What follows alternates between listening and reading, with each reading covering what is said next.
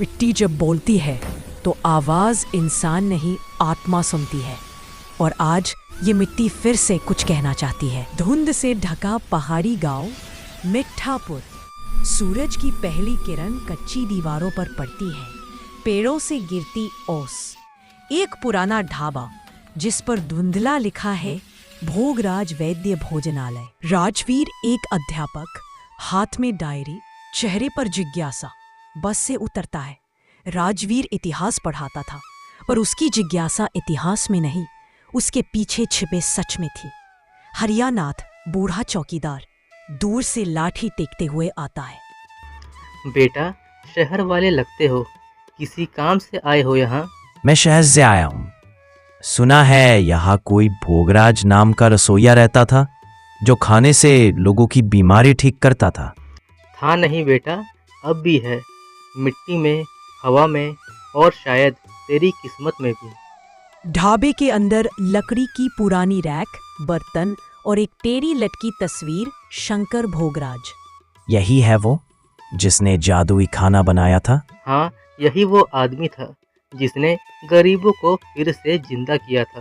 पर जब उसने आखिरी बार खाना बनाया था तो पूरा गांव सो गया था, पूरे 2 दिनों के लिए। मतलब क्या जहर मिला था? या फिर कोई दवा जो ज्यादा ही काम कर गई।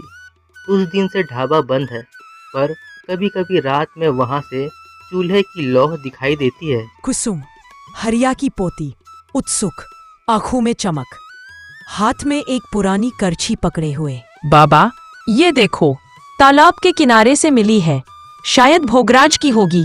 क्या मैं इसे देख सकता हूँ? वो करछी हाथ में लेते ही हल्की नीली चमक निकलती है।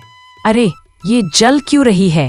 जल नहीं रही बेटा, याद कर रही है। गांव में सब कहते हैं कि तालाब के नीचे नीर मंडल है, वो जगह है जहां भोगराज को उसकी जादुई सामग्री मिली थी। रात का तालाब। राजवीर, कुसुम और हरिया तालाब किनारे खड़े हैं। पानी में कमल झिलमिलाते हैं। अचानक हवा तेज हो जाती है।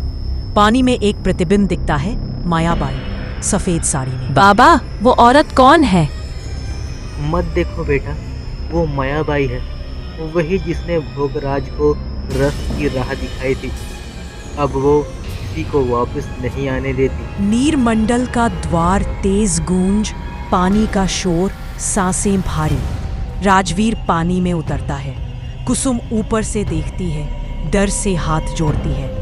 पाताल से थोड़ा ऊपर और पानी के थोड़ा नीचे, जहां जड़ आसमान में होती है और पत्ते जमीन पर, वही छिपा है जीवन और मौत का रहस्य।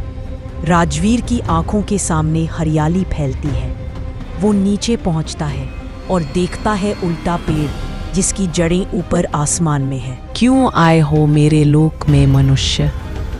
जो चीज दया से बनी वो लालच से दोबारा नहीं जिएगी।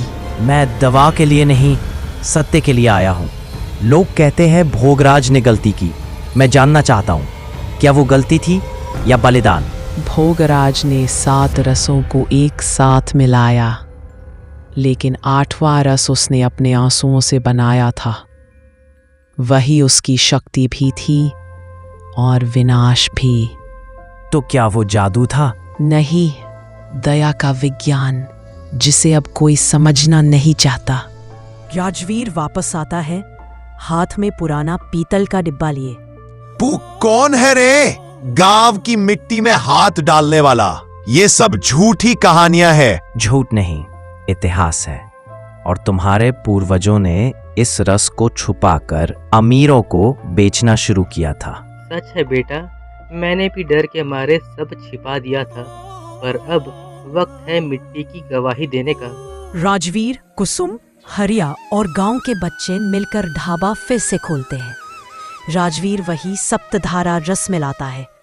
इस बार वो रस किसी बीमारी को ठीक करने नहीं बना था, बल्कि इंसानों के दिलों को जोड़ने के लिए। लोग खाते हैं और हवा में हल्की रोशनी फैल जाती है। दूर तालाब किनारे मायाबाई की परछाई मुस्कुराती है और गायब हो जाती है। मिट्टी कभी झूठ नहीं बोलती। वो जानती है किसने सेवा की और किसने सौदा। आज इस ढाबे से फिर से खुशबू आई है, क्योंकि किसी ने भूखे को रोटी नहीं, आशा खिलाई है। सूरज उगता है और आवाज आती है, मिट्टी गवाही दे रही है, फिर से कोई भोगराज लौट आया है।